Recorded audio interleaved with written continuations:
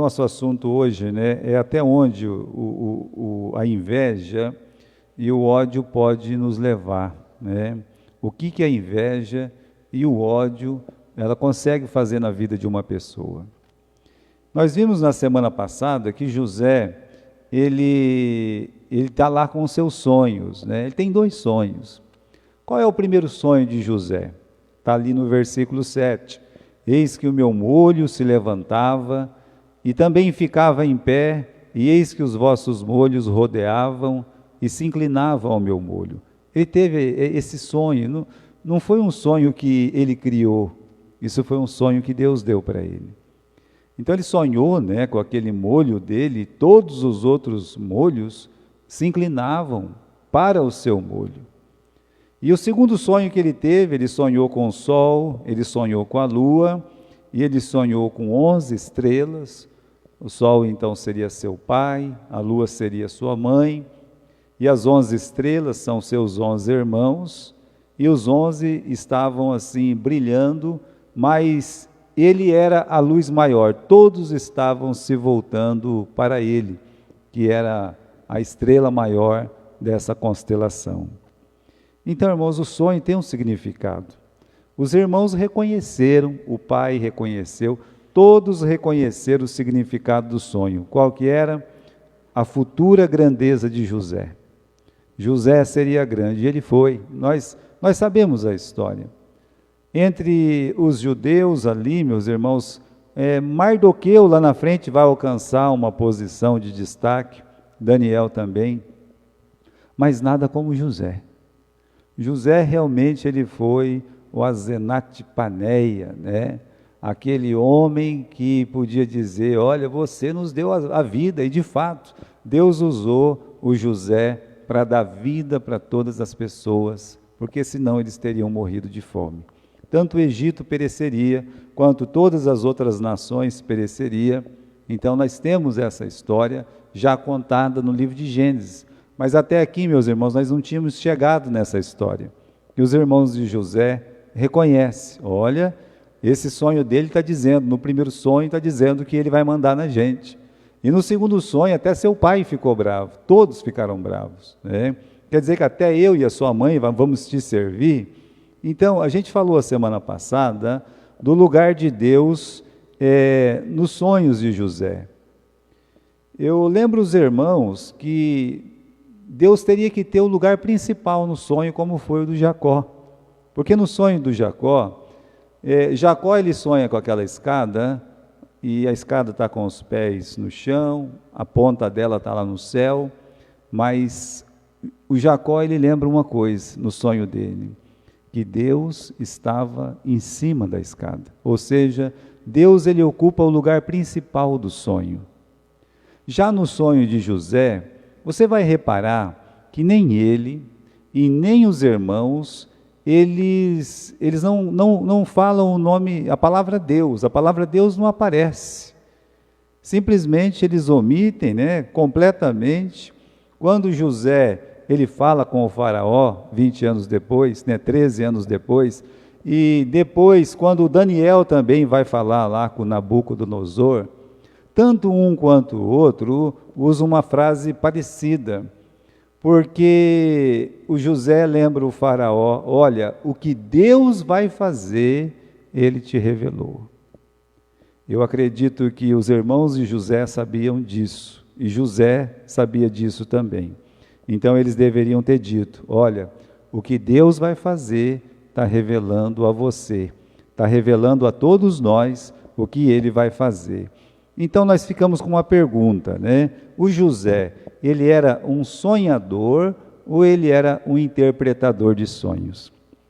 Bem, ele não era um sonhador no sentido que os irmãos chamavam ele, olha aí, lá vem o sonhador mor. Não, ele não era aquele sonhador, não, né? Sonhando que vai ser maior que todos, não, isso não é verdade, né? O que é verdade, né? É que Deus colocou um sonho no coração dele, isso é verdade. E a partir desse momento, então, sim, né? Deus deu sonhos para José, né? E aí, meus irmãos, é muito importante interpretar esse sonho que Deus coloca no nosso coração. E nos nossos sonhos, que Deus coloca no nosso coração, isso é muito importante. A pessoa fala assim, eu tenho um sonho. Bom, todo mundo tem um sonho. Não é só você que tem um sonho. Eu tenho um sonho, eu vou correr atrás do meu sonho. A primeira pergunta é, foi Deus que colocou esse sonho no teu coração? Porque você vai correr atrás, provavelmente você vai se dar bem, né? Consegui alcançar meu sonho.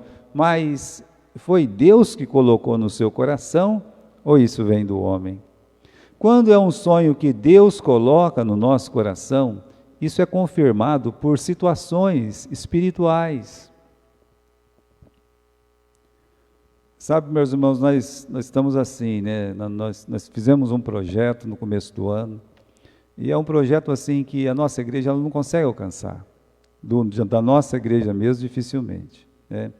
Que era pagar algumas contas da igreja de Foz do Iguaçu, que era ir lá comprar os pés direitos para a igreja de Foz do Iguaçu, e também ir lá e depois tentar ajudar na construção, até que, meus irmãos, esse ano, lá para outubro, novembro, a gente conseguisse realmente ajudar aquela igreja a levantar um prédio.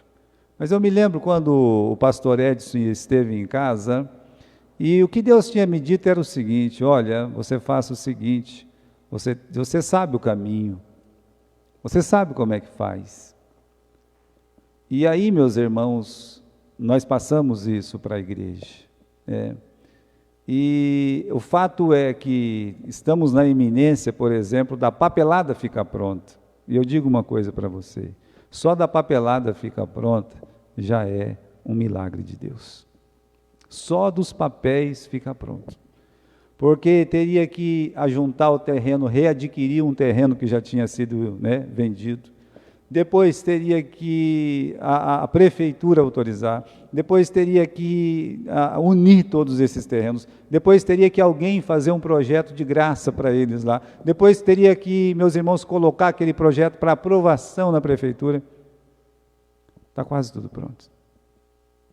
Está quase tudo pronto. Então, Deus ele não faz as coisas por um acaso. Nós vamos chegar lá. E agora que está entrando naquela fase, tanto, meus irmãos, não sei se os irmãos estão orando por isso, mas eu estou. Pela primeira vez, um pastor lá dos Estados Unidos disse, eu quero saber mais sobre esse assunto. Eu quero saber mais sobre esse assunto. Então, eu digo uma coisa para vocês. O sonho, ele tem que ser colocado por Deus. Porque se ele não é uma coisa de Deus, você pode até alcançar, mas tem que ser uma coisa que vai dar glória para Deus. Porque de repente uma igreja que está orando para vender um terreno, para poder juntar tudo e ficar sem nada, de repente terminar o ano dentro do próprio templo e não ter que pagar nunca mais o aluguel, isso vai dar glória para quem? Isso vai dar glória para Deus. Isso é uma vitória espiritual. Então, nossos sonhos, não tem que ser nossos sonhos, tem que ser o sonho que Deus coloca, e tem que dar glória a Deus, e os nossos sonhos têm que incluir pessoas. Isso é muito importante. Então, duas coisas importantes do sonho é que deve ser de Deus, para a glória de Deus. Segundo, deve ser agente de bênção para outras pessoas. Essas duas coisas, irmãos, elas andam juntas. Se por um acaso o seu sonho beneficia só você, isso não passa de um desejo egoísta. E você pode alcançar, os egoístas costumam alcançar os seus objetivos justamente porque são egoístas. E José, ele também tinha esse dom de interpretar sonhos. Você vai reparar que José, ele conta o sonho dele, mas ele não interpreta o sonho dele. Quem interpreta o sonho de José são os seus irmãos, é o seu pai. Mas ele interpreta o sonho do faraó, ele interpreta o sonho do copeiro, ele interpreta o sonho do padeiro, mas o sonho dele, ele não interpreta. Mas ele era um intérprete, ele sabia o que o sonho dele significava, só que o dele mesmo, ele não interpretou. E então o que nós aprendemos dessa passagem que nós falamos a semana passada? É que José, ele não soube lidar com o sonho que Deus colocou no seu coração. Eu sei, de fato, o pai dele não ajudou em nada, né?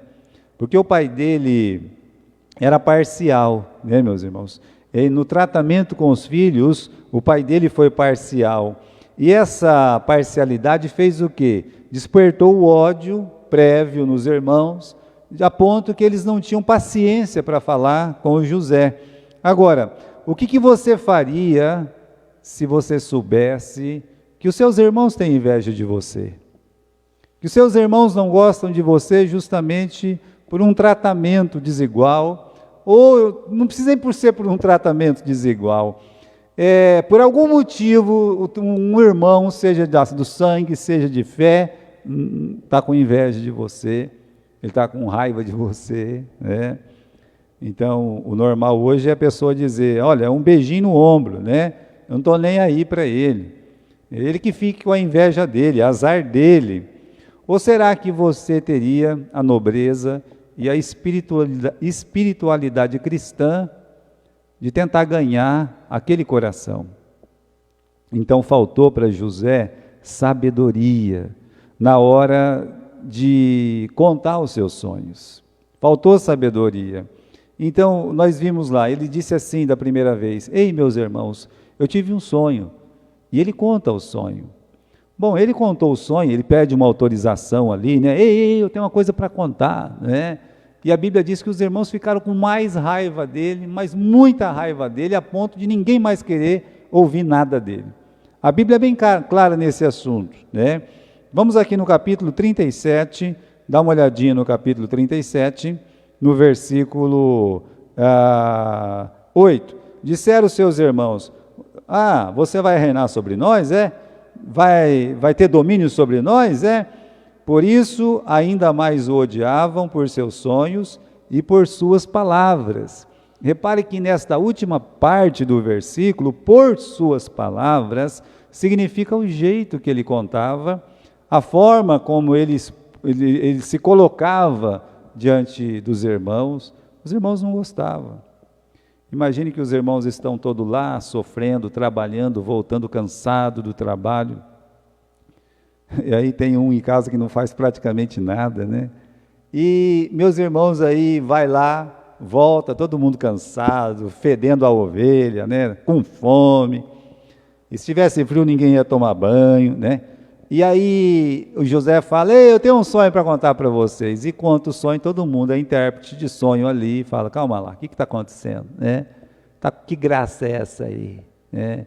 Então, meus irmãos, o jeito que ele falou já não foi legal. Agora, na segunda vez, no versículo 9, José teve outro sonho e já foi contando para os irmãos, ele nem pediu autorização, né? E aí, meus irmãos, ao ponto do pai interferir e dizer assim, que sonho é esse que você teve? Né? Que negócio que é esse aí? Então, faltou sabedoria para José para falar dos seus sonhos, os irmãos já estavam bravos no primeiro, sem que eles quisessem, ele contou o segundo, e aí, meus irmãos, essas ações dificultam o relacionamento e piora uma situação de inveja, piora uma situação de ciúmes. E era um dom, ele tinha isso, como falamos. O que ele está fazendo com o dom dele? Ele não está sabendo usar. Ele não está sabendo repartir o dom que ele tinha. E eu falei para vocês já também, né, que ele deveria ter aquela nobreza do Daniel. Né? Vamos lá para o livro de Daniel, no capítulo 2, no versículo 30. Um sonho, meus irmãos, para ele ser proveitoso, um dom para ser proveitoso, já vimos, ele precisa beneficiar todas as pessoas, tem que ser bom para todo mundo, não pode ser bom só para o José. Então vamos aqui, capítulo 2 de Daniel, e o versículo é o versículo 30. Então Nabucodonosor teve um sonho, e o José ele vai interpretar esse sonho, né? Mas olha o que ele fala aqui. Ele diz assim, olha, o rei, tá?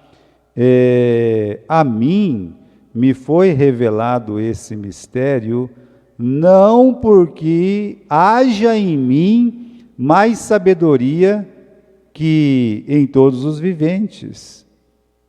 Se ele fosse desse jeito, se ele fosse falar com os irmãos dessa forma, e quando os irmãos reclamassem, ele poderia no primeiro sonho dizer assim: meus irmãos, eu tenho uma coisa para falar para vocês, Deus me revelou esse mistério, não é porque eu sou melhor do que qualquer um de vocês.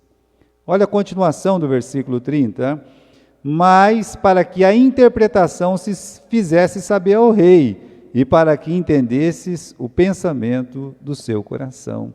Ou seja, olha, como ele mesmo depois falou para o faraó, Deus quer mostrar o que ele está fazendo, mas não teve essa humildade. Então, irmãos, o que José deveria ter feito? Orar a Deus: meu Deus, o Senhor está me dando esse sonho, essas coisas vão me complicar aqui em casa, né? Meus irmãos vão ficar bravos comigo, né? E falasse com humildade, como o Daniel tinha essa humildade, e vendo que os irmãos estão tão bravos, em vez de contar o segundo do jeito que ele contou, ele poderia ter guardado no coração, como a Maria fez. A Maria, ela tinha uma grande coisa, que ela, meus irmãos, criava o Deus unigênito, o Filho unigênito de Deus. E a Bíblia diz que ela guardou aquilo no coração dela. Então, os dons distribuídos por Deus têm qual objetivo? Os dons distribuídos por Deus têm o objetivo de edificar a igreja. Então, se você tem um dom, se Deus deu uma sabedoria diferente para você, se Deus deu condições diferenciadas para você, o que Deus quer com isso? Bom, Deus quer que você reparte com a sua igreja. Deus quer que você possa distribuir isso dentro do corpo de Jesus. Então, quando você lê o livro de Efésios, vamos lá no livro de Efésios, capítulo 4, vamos comigo lá, Efésios, capítulo 4, e capítulo 4, e versículo 11.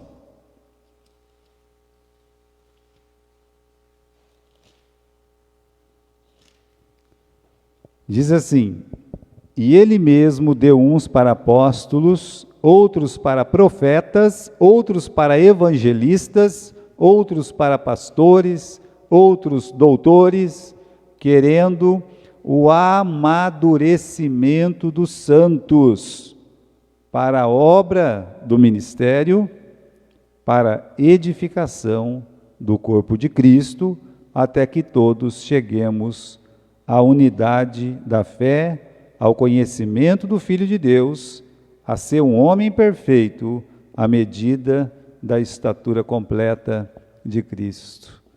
O que adiantaria um profeta na igreja se ele não tem como objetivo o crescimento da igreja, o crescimento espiritual dos irmãos da igreja, levar um irmão a crescer, a amadurecer espiritualmente.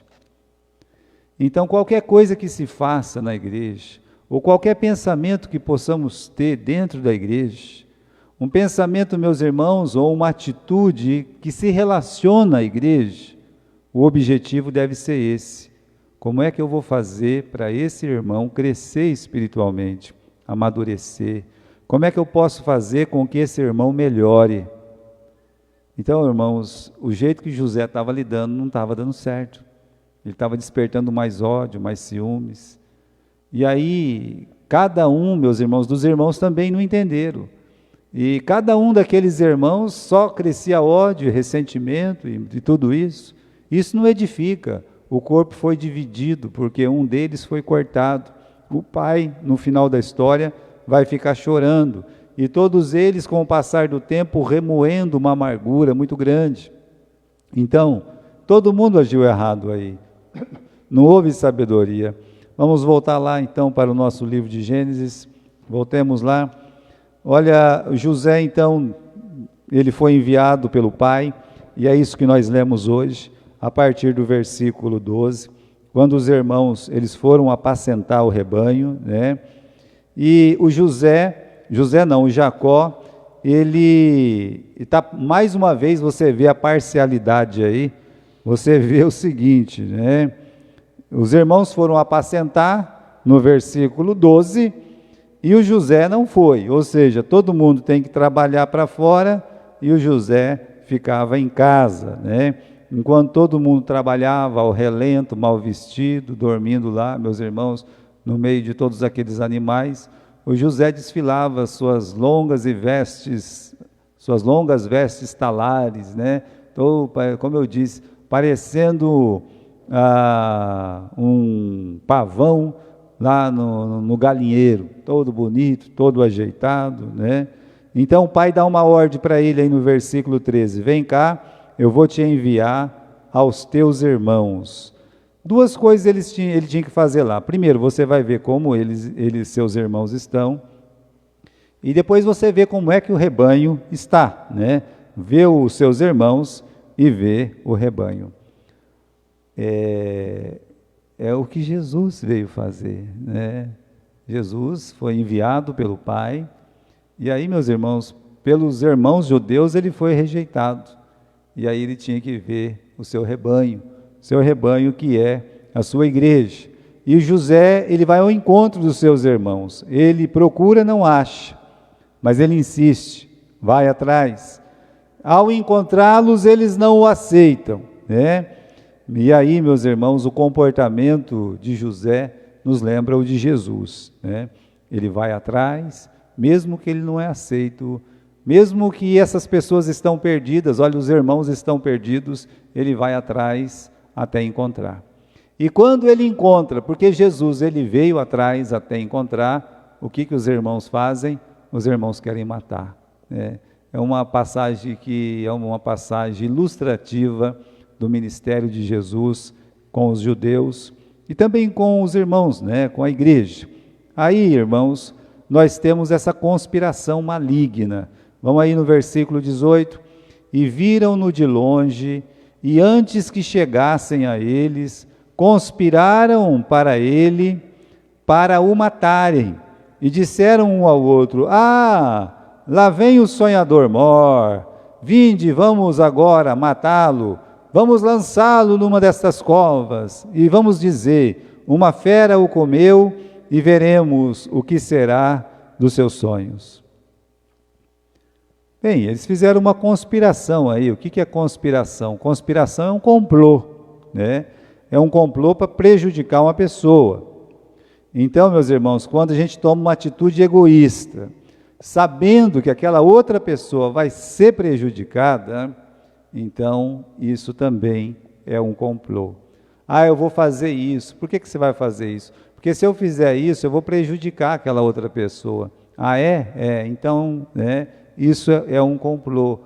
O que esses irmãos estão fazendo? Se você pegar o versículo 18, quando eles estão vendo ele de longe, houve uma conspiração mental.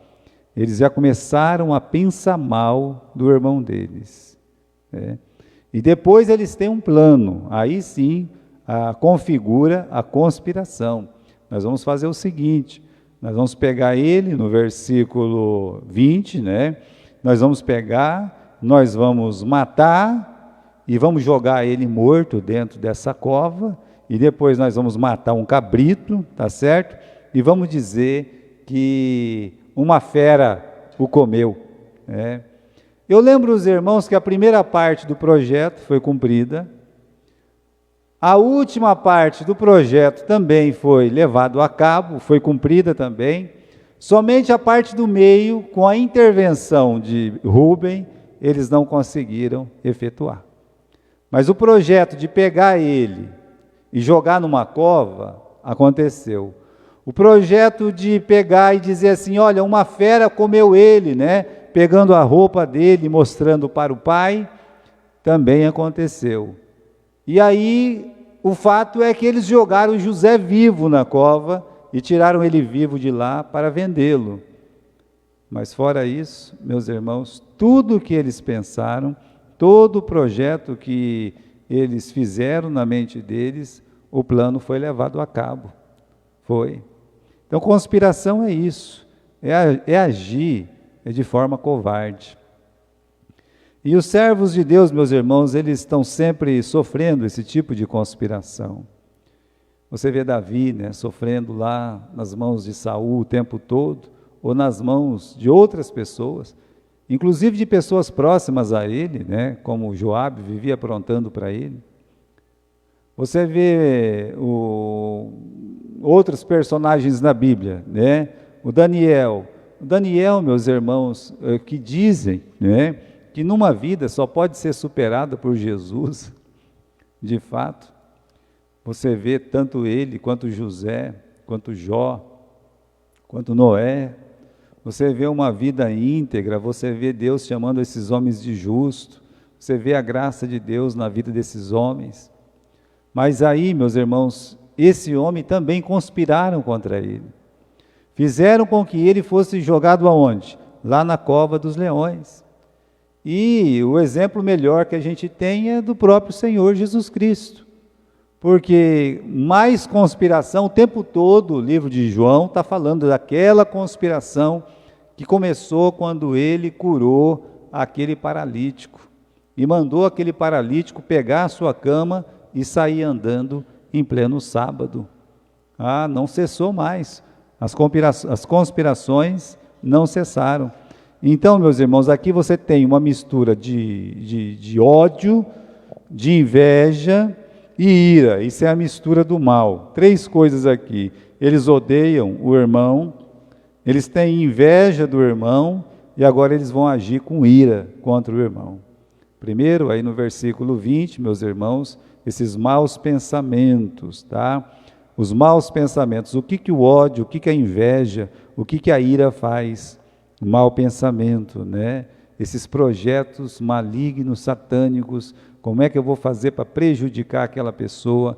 Como é que eu vou fazer para aquela pessoa sentir dor? Como é que eu vou fazer para aquela pessoa sofrer? Então, isso está na cabeça da pessoa. Isso não acontece de repente. Um acidente é uma coisa que acontece de repente. Um acidente, você bate a moto, cai, quebra uma perna, você vai sentir dor, né? Aí você bate o carro, até morre, vai fazer o quê? Né? Mas isso é um acidente.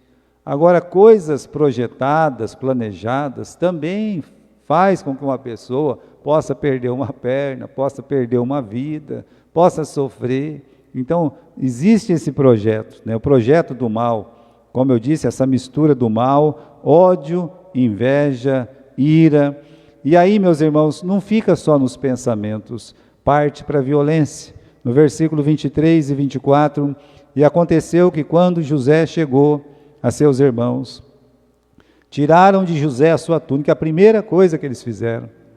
Olha como eles odiavam a atitude do pai, olha como eles odiavam aquela roupa, eles desprezavam aquela roupa talvez mais do que José, porque aquela roupa representava um amor roubado, aquela roupa representava um amor que não era alcançado, um colo que não chegou. Então, eles pegaram aquela túnica, a primeira coisa que eles fizeram foi arrancar dele aquela túnica. E no versículo 23 ainda, a túnica de várias cores que ele trazia, tomaram-no e lançaram na cova, e porém a cova estava vazia.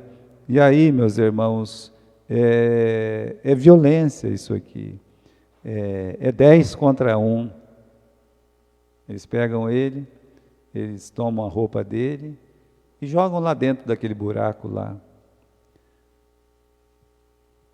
É no capítulo 42 que você tem um detalhe do que aconteceu quando ele estava naquele buraco. No capítulo 42, no versículo 21, o José já é o grande homem, né? Já é um homem muito importante. E até ele está escutando tudo isso que os irmãos estão falando, né? Capítulo 42, versículo 21. E eles estão lá, né? Praticamente presos, os 3 todos juntos, os 10, né, todos juntos, os mesmos 10 que o venderam, E no versículo 21 diz assim, do capítulo 42, disseram uns aos outros, na verdade, nós somos culpados acerca de nosso irmão, pois vimos a angústia da sua alma, quando nos rogava, porém nós não ouvimos, e por isso vem sobre nós essa angústia. Olha só, irmãos, ele rogava, ele pedia, o que será que ele dizia? Porque ele conhecia cada um deles pelo nome. Não, não façam isso, por favor, não façam isso, eu não quero morrer, né? Mas talvez ele dizia assim, Rubem, me ajuda, né? Judá, me tira daqui, né? Está falando isso aí. Aí vai apelar para os filhos das concubinas, Dan, e por aí vai. Ninguém, imagine, irmão, o que você faria? Quem você chamaria? E ele foi passando a noite lá naquele lugar, e o irmão que o protegia, que queria que ele saísse de lá vivo para entregar para o pai dele, deixou ele sozinho também. Você pode dizer assim, o Rubem não tem culpa, né? Por que o Rubem não tem culpa? Porque ele disse, não vamos matar o nosso irmão não, né? Veja o versículo 29, voltando o Rubem à cova, eis que José não estava, então rasgou as suas vestes e voltou a seus irmãos e disse, o menino não está aqui, para onde irei? Mas eu pergunto para você, o menino não estava mais na cova, e onde ele estava, que ele também não cuidou do irmão. Então, às vezes a pessoa fala, eu não tenho culpa, eu nem estava lá, né? Não estava lá. E por que você não estava lá? Então ninguém tem desculpa. O Rubem também não tem desculpa. Ele poderia ter ficado ali, convencido melhor os irmãos, ele era o irmão mais velho. Ele poderia não compactuar, não pegar aquelas 2 moedas que sobraria para ele, das 20 moedas de prata, 2 era dele. Ele poderia dizer, não quero. Eu vou chegar lá, a primeira coisa que eu vou fazer, eu vou falar para o pai que o nosso irmão foi vendido e vamos tentar comprar ele de volta onde ele estiver. Não era assim? Então, meus irmãos, não houve vontade, uma predisposição. Predisposição não é ação, tá? Como diz, é predisposição, é antes, né? Mas não teve nada de efeito. Por isso, está aí, né? E o que aconteceu, meus irmãos, se a gente perguntasse, né? Por que isso aconteceu com José? José sonha com a glória, mas não sonha com a cova. Ele sonha com os bons momentos lá, que ele é maior até que o pai e a mãe, que todos os irmãos, mas ele não sonha, meus irmãos, com aquele momento que ele vai ficar dentro da cova, depois vendido, escravo na casa de Potifar, depois anos naquela prisão escura lá no Egito. Ele não sonhou com nada disso.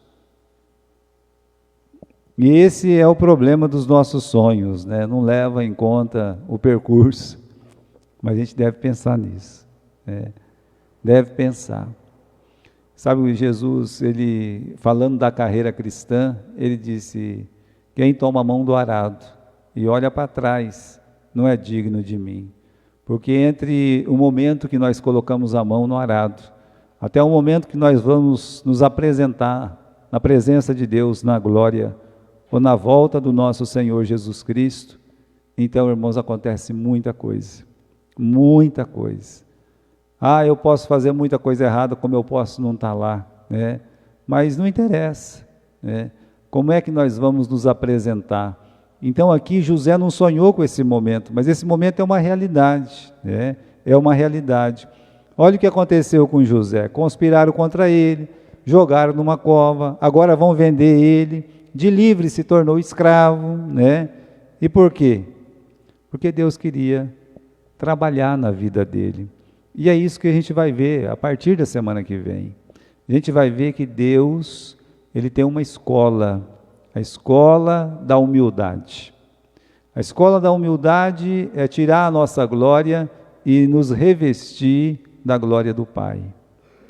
A escola da humildade faz um homem que nem menciona Deus quando tem sonho, para falar primeiramente de Deus quando o sonho é até do outro. Isso é a escola da humildade. E feliz do homem que passa por essa escola e consegue chegar até o fim e se forma nela, como aconteceu com José, que passou muitos anos na escola da humildade. Deus precisava trabalhar o coração de José, Deus precisava trabalhar o coração dos irmãos de José, Deus precisava fazer que aquela glória que José tinha sobre ele, e que os irmãos pensavam que ele tinha sobre ele, aquela glória foi arrancada. Aquela glória foi arrancada para o próprio José e os irmãos da glória a Deus. Dizer glória a Deus. Olha, não fostes vós que me vendestes, foi Deus que me trouxe para cá. José vai dizer para os irmãos anos depois. E aí, meus irmãos, a nossa história do capítulo 37 termina de uma forma triste. Os ismaelitas passam por ali e você tem assim, os ismaelitas são primos, né? Eles são primos aí, esse pessoal é tudo primo, sabe? Então os ismaelitas são primos dos israelitas, estão numa posição melhor, né? Já talvez com mais anos de rodagem, já mais bem agrupados. Então eles passam por ali e eles têm o auxílio de outros primos, que são os amalequitas. E esses amalequitas são os batedores dos ismaelitas, diga-se de passagem. Aqui você tem os descendentes de Esaú, você tem os descendentes de Ismael e você tem os descendentes de Jacó. Olha que coisa, né? Os ismaelitas têm o dinheiro na mão. Os amalequitas, eles são aqueles atravessadores, né? Não foram os ismaelitas que tiraram o José da cova. Quem tirou José da cova foram os amalequitas. Os ismaelitas talvez não tinham coragem para isso, queriam fazer a coisa politicamente correta. Os amalequitas não tinham pudor, não tinham nenhum sentimento. É para tirar um primo aqui e vender? A gente tira, a gente vende sem problema. Depois revende ali para os politicamente corretos. Está vendo o que está acontecendo aí? Até que ele é vendido, meus irmãos, ele é vendido e levado pelos ismaelitas até o Egito, e ele vai chegar lá. Semana que vem a gente vai ver isso. Mas o mais triste da história é o conto dos irmãos. Então eles matam um cabrito. É muito importante você gravar isso para a história da semana que vem. Porque essa morte do cabrito aí tem tudo a ver com a nossa história da semana que vem. E aí eles olham, pegam aquela túnica cheia de cores e faz com que aquela túnica fica de uma cor só, a cor carmesim, a cor do sangue, e manda para o pai. E pergunta para o pai: pai, você conhece? Conhece isso aí? O pai conhece. O pai conhece e o pai chora. Então tá bem, o pai está chorando. É assim, meus irmãos, que termina a nossa história hoje. Para onde leva o ódio? Para onde leva o rancor? Para onde leva a inveja? Para onde leva a ira? Para briga, confusão, separação. Para tudo de ruim que tem na nossa vida, para anos de amargura, mas principalmente para um pai que chora. Então, quando o ódio, quando a ira, quando a inveja, ela acontece dentro da igreja, o nosso Pai Celestial, ele se entristece, o Pai chora. É totalmente o contrário da ordem de Jesus, que a gente viu no domingo passado. Amai-vos uns aos outros como eu vos amei, disse Jesus. E assim a gente termina a nossa história hoje, tá?